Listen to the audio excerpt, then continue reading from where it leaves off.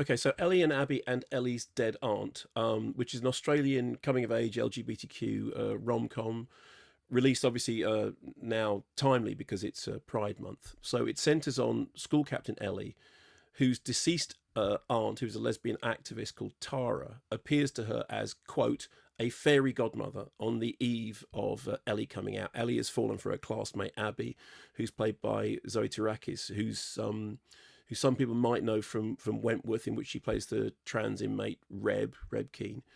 So in theory, Tara is there to kind of give Ellie some much needed advice, because Ellie wants to ask Abbie to the year 12 formal, which is, it's explained very clearly at the beginning. That's the Australian version of the prom, because somebody says, can I invite you to the prom? He says it's not called a prom, it's called a year 12 formal.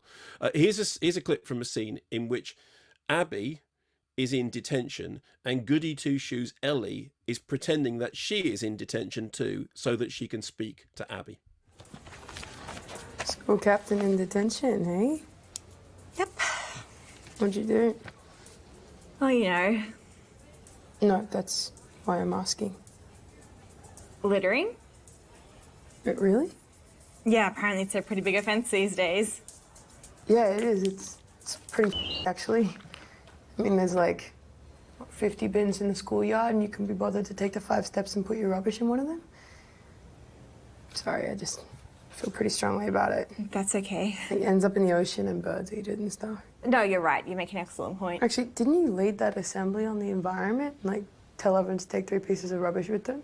Yeah, that was me. Ah, the irony.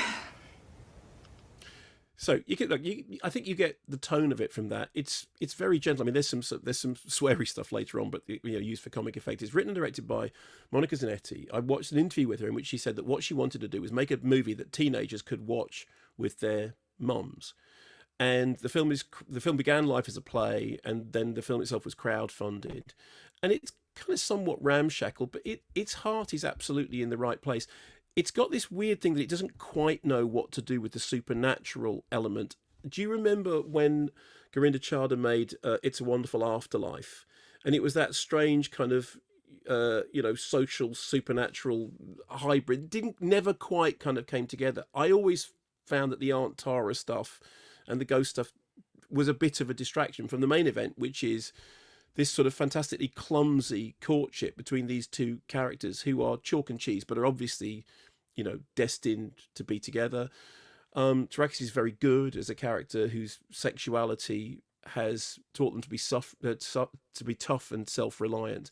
And there's a great supporting performance by Rachel House, who is in things like Hunt for the Wilder People, who is really, really good as a character who becomes more important as the drama goes on. So it's ramshackle and it's rough around the edges, but it is really good-hearted. And as I said, once I'd seen the director saying what I was trying to do was to make a movie that teenagers could watch with their mums, I thought, okay, well, I think you have done that. So I think it is a movie that it achieves what it sets out to achieve. It's very positive and very big-hearted, and a bit ramshackle, but that's fine. And the title's a bit ramshackle as well. But yes, exactly. The title says quirky and awkward, doesn't it? I think. I know, and in fact, it's funny because I thought from the title I'm going to hate this because I'm not a big fan of quirky, but actually it gets round it. And so, despite the Ellie and Abbie brackets and Ellie's dead aunt close brackets, it gets away with it. Partly because it's just, it wears its heart on its sleeve.